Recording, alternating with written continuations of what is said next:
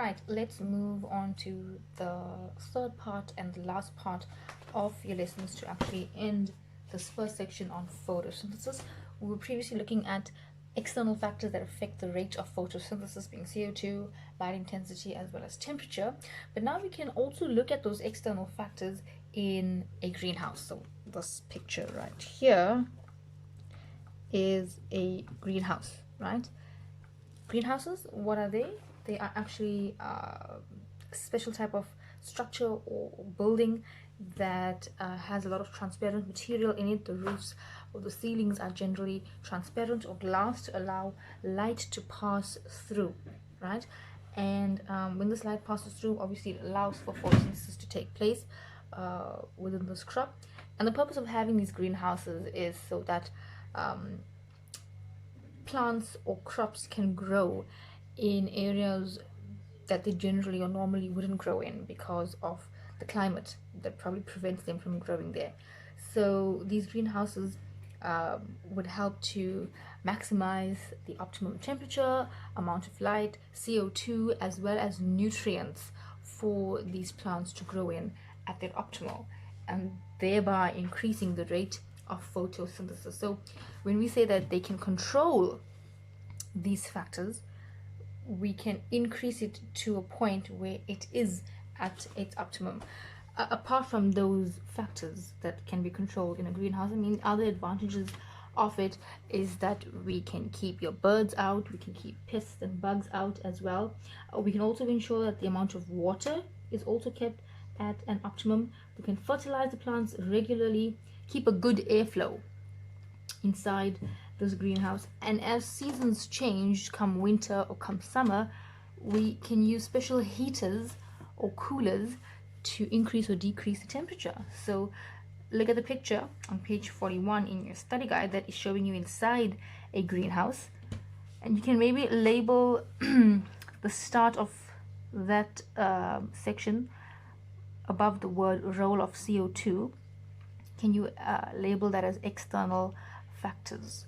So the factors here that we are controlling is CO2, light, we want optimum light, as well as temperature, right?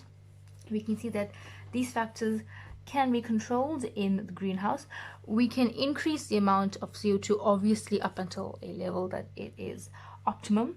We can, adjust that amount, and that will obviously increase plant growth and greater crop yield. Same goes for light. You can read it there on page 41 about light, how artificial light can be used to actually improve light conditions.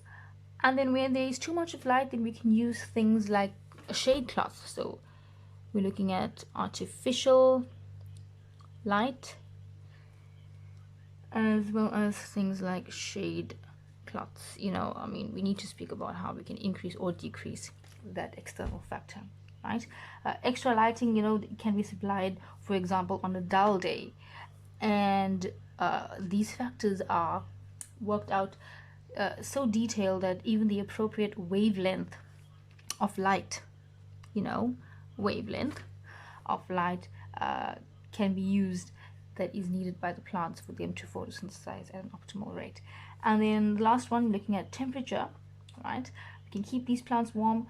We can use things like heaters, things like fans on a very hot day in order for us to maximize photosynthesis rates to achieve an optimal temperature, right? So in this way, plants in these greenhouses actually grow in, we can say, ideal conditions. Think about places like maybe a cold country like Canada, and you want to grow certain types of fruits or vegetables that you just cannot grow outdoors. So we create a closed environment system, CES, right? Closed environmental system that we can control and optimize in order for us to get a good crop yield. For example, tomatoes, right? Providing the correct external factors for the production of tomatoes. Okay. That's just basically about your greenhouse. Just knowing that these are also external factors, what a greenhouse does, and the fact that we can also keep out pests and supply the good right amount of water and nutrients to the plants. So a lot of things that's happening in this greenhouse, right? Let's go to the bottom of page 41. Role of ATP in the cell. ATP, we spoke about that. We said that it stands for adenosine triphosphate.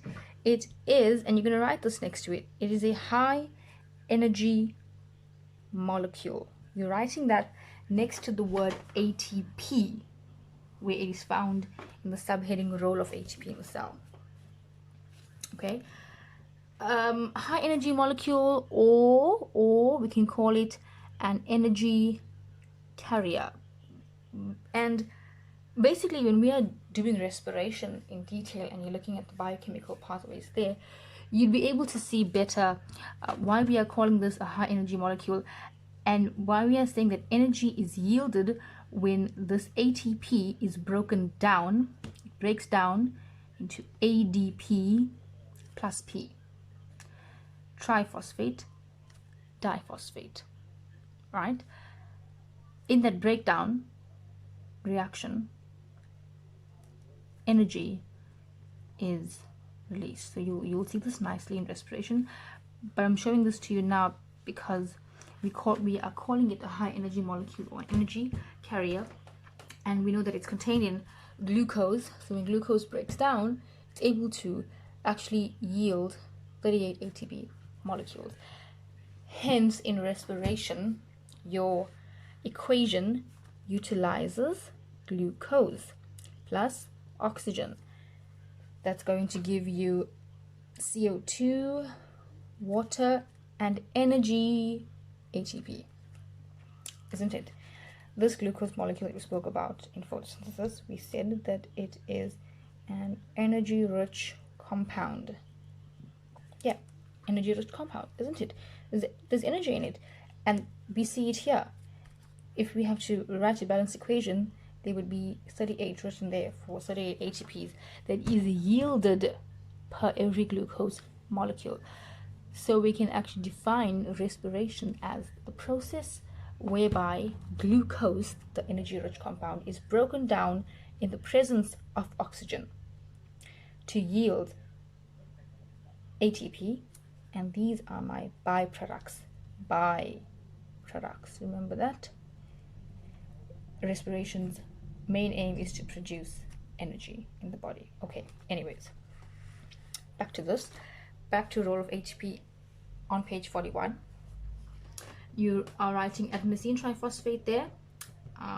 You are writing high energy molecule as well, right? Second line, some ATP is formed in the cytosol, cytoplasm, but most of it is formed in the mitochondria.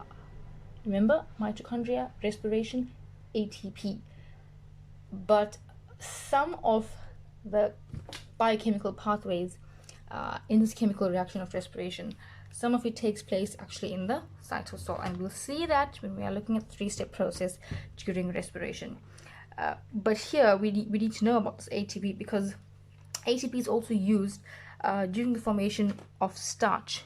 You know, when glucose is produced from photosynthesis, so this is now product, and it's going to be converted into starch. Even this process here requires energy. So ATP, right? ATP is also used when glucose is being converted into starch. So some of the energy actually goes to do that process, right? Vice versa, starch will be converted into glucose. Okay, bottom of your page, just to end here, biological importance of photosynthesis. First point there, yes, these compounds form the basic source of energy for almost all organisms. Remember that this is an energy-rich carbohydrate, which is glucose. It's a monosaccharide, isn't it? We know that starch is a polysaccharide, right? And starch is insoluble. Put starch into a cup of water, flour for example. You can take flour, or you can take cornstarch, maize I think it's called, and mix it into water. It will not dissolve. It will mix for a while until it settles to the bottom to form a sediment. Whereas here, the glucose, we can mix that in water and that will dissolve, even if it is in cold water. You know, hot water would increase the solubility of it because of the energy provided by the heat in the hot water. So, first point there, energy-rich carbohydrates is formed during photosynthesis. Remember, organisms that are able to photosynthesize are called autotrophs. But bacteria, for example, that are able to produce an energy-rich compound, not through photosynthesis because they don't have chlorophyll, but they are actually able to use chemicals, and then they are called autotrophs as well, but they would undergo a process called chemosynthesis. And you remember this when we did microorganisms in term 1 at the start, right? So why are they important then biologically? Obviously, they would form the base of your food chain, the bottom of your trophic level. Remember that? They are normally found in the largest amount of numbers in a food web because they are your producers. And as you move up that trophic level, the number of feeders decrease and the amount of energy also decreases. So at the bottom, I'm going to find the most amount of energy and the highest number of that organism or population of that organism. Second point there, large volumes of CO2 are released into the atmosphere as a result of cellular respiration, but not just cellular respiration as well. We know, you can look at human impact as well as burning of fossil fuels, many factors that will increase the amount of CO2 in the atmosphere. And therefore, at the start of the section, we started off by saying that photosynthesis maintains the global CO2-O2 balance. So for point number 2, large volumes of CO2 are burnt and then released into the atmosphere, but photosynthesis utilizes the CO2, thereby having that balance that we spoke about. So it's interdependent, and then they release oxygen. Well, that's the third point. Oxygen is released as a byproduct of photosynthesis, and this therefore replenishes the oxygen in the atmosphere, right? That's the end of page 41 on your study guide. I think we covered a lot, and a lot quite fast, maybe because we didn't have to hear the bell going. Let's turn over. Right, page 42.